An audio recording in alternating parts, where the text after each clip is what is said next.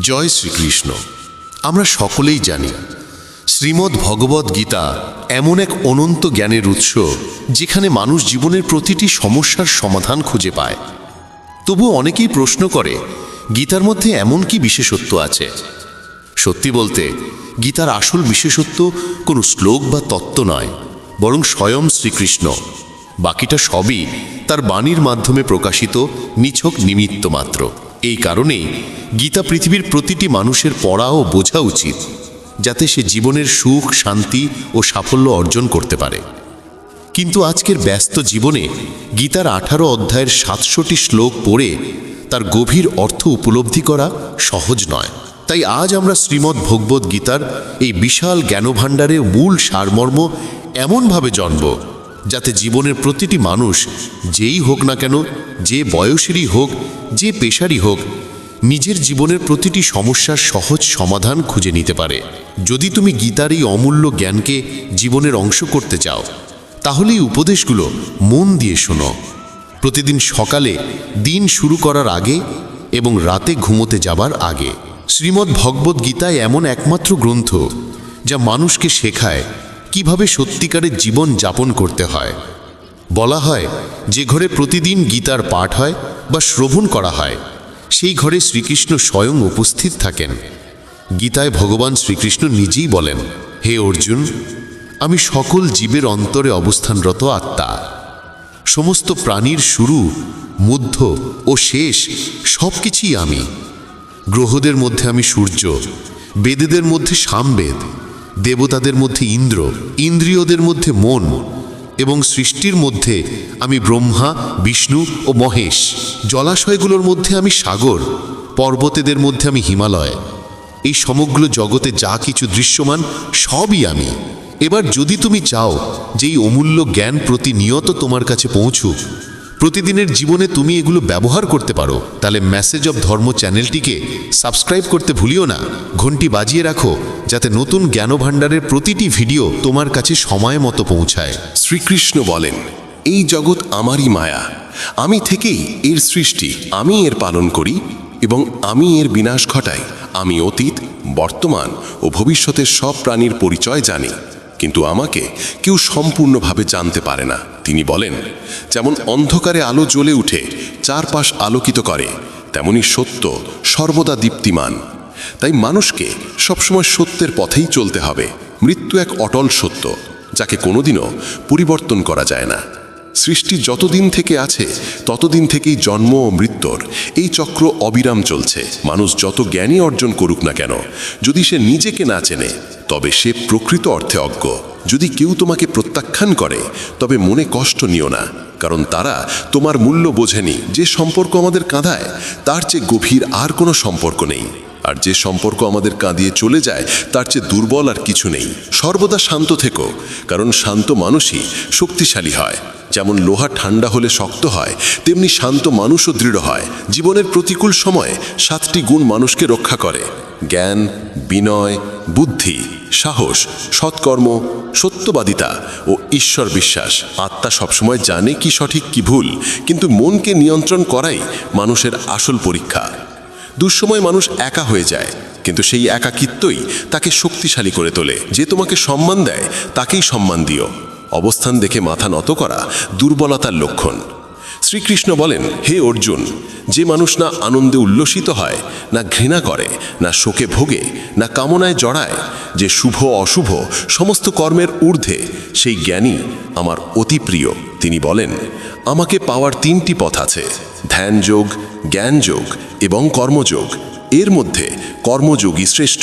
যেমন পৃথিবীতে রীতি পরিবর্তন অবিরাম চলে, তেমনি জীবনে সুখ দুঃখ আসবেই, কিন্তু তাতে বিচলিত হওয়া উচিত নয়। সময়ের আগে ও ভাগ্যের অধিক কিছুই কারো হাতে আসে না। যেমন প্রদীপের নিচে অন্ধকার থাকে, তেমনি যৌবনের নেশায় মানুষ বার্ধক্য ও দুর্বলতাকে দেখতে পায় না। মন মানুষের জীবনকে তার জালের মধ্যে আবদ্ধ করে রাখে এবং তাকে নিজের ভিতরে ফিরে আত্মাকে চিনতে দেয় না। যখন অর্জুন প্রশ্ন করে, হে কেশব, যদি আত্মা নিত্য, অজন্মা ও অবিনাশী হয়, যাকে অস্ত্র কাটতে পারে না, আগুন পুড়িয়ে ফেলতে পারে না, তবে কেন আত্মা সুখ দুঃখ শোক আনন্দ মান অপমান অনুভব করে? তখন শ্রীকৃষ্ণ বলেন, হে পার্থ, এই অনুভূতিগুলো আত্মার নয়, দেহের। তখন অর্জুন আবার জিজ্ঞাসা করে, যখন শরীর আঘাতপ্রাপ্ত হয় তখন যন্ত্রণা হয়, সেটা শরীরের পীড়া, কিন্তু যখন কেউ অপমান করে তখন যে কষ্ট হয় সেটি তো শরীরের নয়, সেটি কি আত্মার কষ্ট নয়? তখন শ্রীকৃষ্ণ বলেন, না অর্জুন, মান অপমান জয় পরাজয় সুখ দুঃখ এসব আত্মার নয়, মন এর খেলা। শরীরে এক অদৃশ্য অঙ্গ আছে, মন। এটি দেখা যায় না, কিন্তু এটি সবচেয়ে শক্তিশালী। আত্মা যেমন রথে বসে থাকা রাজা, তেমনি মন হলো সেই রথের সারথি। এই মনই ইন্দ্রিয়দের অস্থির করে তোলে, কামনার দ্বারা ভাসিয়ে দেয় এবং অহংকারে মানুষকে অন্ধ করে ফেলে। যখন যৌবনের প্রদীপ নিভে যায় তখন মানুষ আতঙ্কে বলে ওঠে, আমি অসুস্থ, আমি দুঃখী, আমি মরে যাচ্ছি। আসলে এইসব ভয় আর আর্তনাদও মনেরই সৃষ্টি। শ্রীকৃষ্ণ বলেন, হে অর্জুন, মনই মানুষকে আমি এর অহংকারে মাতাল করে রাখে। তার হাতে আছে মায়ার জাল, যা দিয়ে সে মানুষকে আবদ্ধ করে রাখে। সে শরীরের সঙ্গেও আসক্ত হয়, সুখ দুঃখের সঙ্গেও বন্ধন সৃষ্টি করে, আনন্দে গান গায়, দুঃখে বিলাপ করে এবং নিজের দুঃখ অন্যের সঙ্গে ভাগ করে নিলেই শান্তি খুঁজে পায়। তাই প্রয়োজন নিজের মনকে জয় করে অন্তরের গভীরে তাকিয়ে আত্মাকে দেখা। তখন আত্মার ভেতরে যে পরমাত্মার আলো আছে সেটি স্পষ্টভাবে অনুভব করা যায়। তিনি বলেন, যেমন মানুষ পুরনো পোশাক ছেড়ে নতুন পোশাক পরে, তেমনি আত্মা পুরনো দেহ ত্যাগ করে নতুন দেহ গ্রহণ করে। এটি প্রকৃতির নিয়ম। এই সত্য গ্রহণ করে নির্ভয়ে বর্তমানকে বাঁচো। বিশ্বাস করার আগে কথা নয়, কাজ দেখো। রাগের মুহূর্তে একটু থেমে যাও আর ভুলের সময় একটু নত হও, জীবন অনেক সহজ হয়ে যাবে।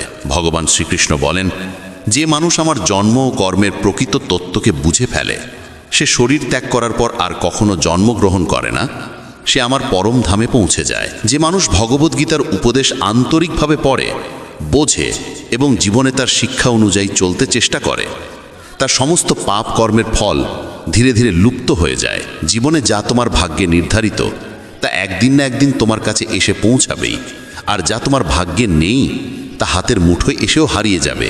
যেমন বাতাসের প্রবল ঝাপটায় প্রদীপের শিখা কাঁপে, তেমনি মানুষের অস্থির ইচ্ছাগুলো তার স্থির বুদ্ধিকে বিভ্রান্ত করে ফেলে।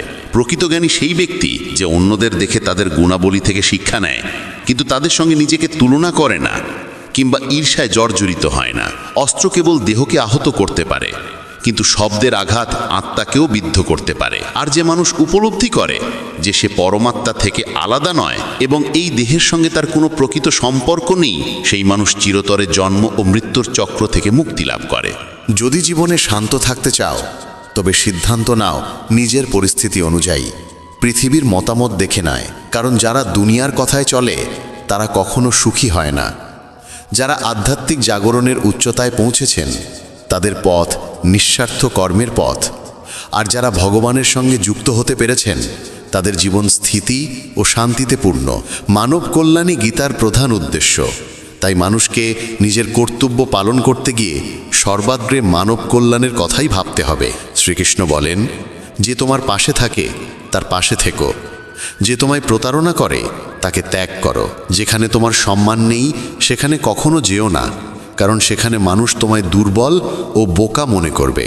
যেমন বৃষ্টি না হলে ফসল শুকিয়ে যায়, তেমনি সংস্কার না থাকলে প্রজন্ম নষ্ট হয়ে যায়। যারা বলে তাদের সময় নেই, প্রকৃতপক্ষে তাদের সময় আছে, কিন্তু তোমার জন্য নয়। হে অর্জুন, যে ব্যক্তি সত্যিই আমার ঐশ্বর্যপূর্ণ জন্ম ও কর্মকে বুঝে ফেলে, সে দেহত্যাগের পর আর পুনর্জন্ম গ্রহণ করে না, বরং আমার চিরধাম লাভ করে।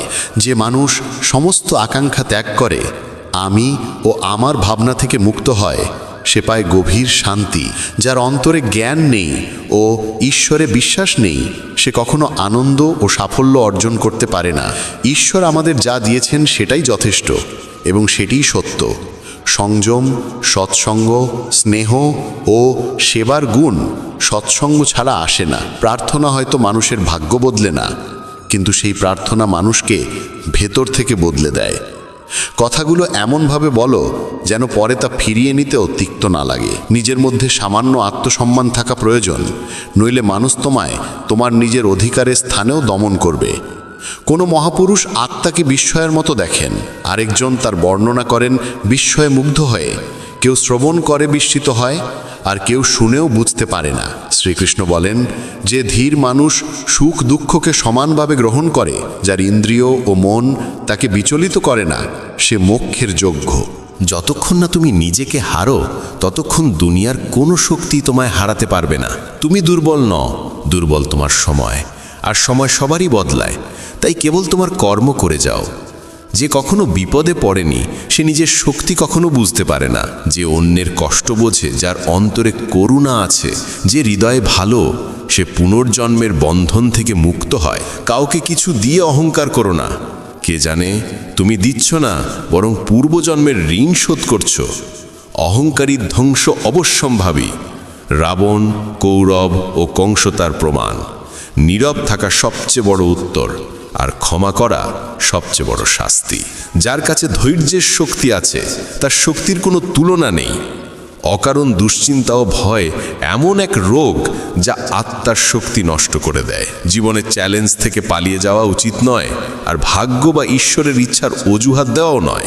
যজ্ঞের পরে অবশিষ্ট অন্ন যারা গ্রহণ করে, তারা পাপ থেকে মুক্ত হয়। কিন্তু যারা কেবল নিজের শরীর পালনের জন্য রান্না করে, তারা পাপকেই আহার করে। অর্থাৎ যারা ঈশ্বরকে স্মরণ না করে কেবল ভোগে মগ্ন, তারা চোরের মতো। শুধু জ্ঞানই এমন এক ধন, যা কোনো অবস্থাতেই মানুষকে ছেড়ে যায় না। যেমন পৃথিবীতে ঋতু পরিবর্তন হয়, তেমনি জীবনেও সুখ দুঃখ আসেও যায়। যুদ্ধ হোক বা জীবন, সাফল্য আসে কেবল 3 অস্ত্র দিয়ে: ধর্ম, ধৈর্য ও সাহস। মানুষ জন্মে মহান নয়, কর্মে মহান হয়। কিছু পেতে হলে নিজের ওপর বিশ্বাস রাখো, কারণ যতই শক্ত সহায়তা থাকুক, তা একদিন ছেড়ে যায়। বন্ধু ধনী বা গরিব হোক সেটা নয়, কঠিন সময় সে তোমার পাশে থাকে কিনা সেটাই আসল। ধর্ম যাই হোক, ভালো মানুষ হও। হিসাব হবে তোমার কর্মের, ধর্মের নয়। সুখের জন্য কাজ করলে সুখ পাওয়া যায় না, কিন্তু আনন্দের সঙ্গে কাজ করলে সুখ নিজে থেকে আসে। তুমি যদি অন্যের ভালো চাও, প্রকৃতি তোমার প্রতিও ভালো ফেরায়। এটাই চিরন্তন নিয়ম। তোমার মূল্য নির্ধারিত হয় না তুমি কি, বরং তুমি কি হতে পারো তার দ্বারা। হাস্যোজ্জ্বল মন ও মুখই আসল সম্পদ। যত অপেক্ষা সে করাচ্ছে, মনে রেখো, সময় এলেই এত দেবে যে সামলানোই কঠিন হবে। কেউ যদি তোমার পাশে না থাকে, হতাশ হয়েও না, কারণ পরমাত্মার মতো সঙ্গী আর কেউ নেই। সুখ নির্ভর করে স্বাধীনতার ওপর, আর স্বাধীনতা নির্ভর করে তোমার সাহসের ওপর। বিশ্বাস ছাড়া কোনো সম্পর্ক টিকে না। যদি কোনো ভুলের কারণে গতকাল দুঃখে কেটেছে, আজকে সেই দুঃখে আজকের দিন নষ্ট করো না। অনেক মহাজন কর্ম করতে করতেই সিদ্ধি অর্জন করেছেন। জনক ও অন্য জ্ঞানীরাও আসক্তিহীন কর্মের মাধ্যমেই পরম সিদ্ধি পেয়েছিলেন।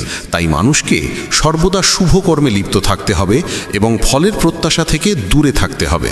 হে অর্জুন, এই 3 লোকেই আমার কোনো করণীয় নেই, কিছু পাওয়ার নেই, তবু আমি কর্ম করে যাই, কারণ আমার কর্মের দ্বারা মানুষ পথ পায়। যদি আমি কর্মে অবহেলা করি, তবে পৃথিবীতে বিশৃঙ্খলা নেমে আসবে, কারণ মানুষ আমারই পথ অনুসরণ করে। এই জগতে পরাজিত বা বিপন্ন মানুষকে কেউ সাহায্য করে না, আর কেউ যদি একটু সফল হয়, তাতেও কেউ খুশি হয় না। তাই নিজের দুঃখ কারো কাছে বলো না, সুখও কারো সামনে প্রকাশ করো না। মানুষের আহার সবসময় সাত্ত্বিক ও সংযমী হওয়া উচিত। যে জানে না কি খাবে, কতটা খাবে, কোথায় ও কিভাবে খাবে, সে কখনো ঈশ্বরকে পায় না। যে মানুষ কেবল ভান করে বলে যে সে ইন্দ্রিয় নিগ্রহ করেছে, অথচ মনে মনে ইন্দ্রিয় বিষয়ে আসক্ত থাকে, সে ভণ্ড ও অহংকারী। যে নিজের কর্তব্য ত্যাগ করে, সৃষ্টির নিয়ম অমান্য করে, ভোগে মগ্ন থাকে, সে পাপী এবং তার জীবন নিরর্থক। কিন্তু যে আত্মায় আনন্দ পায়, আত্মায় তৃপ্ত ও আত্মায় স্থিত, তার আর কোনো কর্তব্য থাকে না। আত্মা অর্থাৎ পরম সত্য, এবং যে সত্যে বাঁচে ও সত্যে আনন্দ পায়, তার কোনো করণীয় অবশিষ্ট থাকে না। কিন্তু এমন মানুষ লক্ষে একজন। যে পরমাত্মাকে পেয়েছে, তার আর অন্য কিছু করার প্রয়োজন নেই। যারা ঈশ্বরকে জেনেছে, তাদের দায়িত্ব যে তাদের আচরণে অন্যের মধ্যে কর্মের প্রতি অবিশ্বাস না জন্মায়। তাই জ্ঞানীরা এমন জীবন যাপন করেন, যা দেখে অন্যরাও কর্তব্যে উদ্বুদ্ধ হয়। তামসিক মানুষ অলস ও নিদ্রাগ্রস্ত কাজে লিপ্ত থাকে। রাজসিক মানুষ অহংকারে পরিপূর্ণ, বীরত্ব দেখিয়ে বেড়ায়। কিন্তু জ্ঞানী বোঝে, তার মধ্যে থাকা গুণই তাকে কর্ম করায়। অজ্ঞ মানুষ ভাবে সব সেই করছে। যদি সত্যিই জীবন পাল্টাতে চাও তবে আগে মন পাল্টাতে হবে, কারণ মন যেমন থাকবে চিন্তা তেমন হবে, আর চিন্তা যেমন হবে জীবনও তেমনই হবে। যা চলে যাচ্ছে তাকে যেতে দাও, আজ যদি থেমেও থাকে কাল সে চলে যাবে। যত সহজ সরল ও নরম হৃদয়ের হবে তত বেশি চতুর ও ধূর্ত মানুষ তোমাকে ঠেলে সরিয়ে দেবে। জীবনে সব ফিরে পাওয়া যায়, কিন্তু সময়ের সঙ্গে হারানো সম্পর্ক ও বিশ্বাস আর ফিরে আসে না। বিশ্বাস রাখো সেই জনের উপর যে সত্যিই তা রক্ষা করতে পারে, কারণ কিছুক্ষণ পাশে থাকা তো শববাহকেরাও জানে। সত্য মানুষদের উপর বিশ্বাস রাখো, ঠিক যেমন রাখো ওষুধের উপর, যদিও স্বাদে তিতা তবু তা সর্বদা উপকার করে। যারা তোমার উপস্থিতির মূল্য দেয়নি তাদের থেকে নীরবে দূরে সরে যাওয়াই উত্তম। বড় সে নয় যে উচ্চ স্থানে বসে আছে, বড় সেই যে ছোটদের ব্যথা বুঝতে পারে। কে কি করছে, কিভাবে করছে, কেন করছে, এই সব থেকে নিজেকে যত দূরে রাখবে ততই শান্তি পাবে। প্রতিটি সম্পর্কের এক নির্দিষ্ট সীমা থাকে, আর সেই সীমা বজায় রাখাই প্রকৃত প্রজ্ঞার লক্ষণ। বন্ধুরা, যদি তুমি চাও এই অমূল্য জ্ঞান প্রতিদিনের জীবনে ব্যবহার করতে, তবে মেসেজ অফ ধর্ম চ্যানেলটি সাবস্ক্রাইব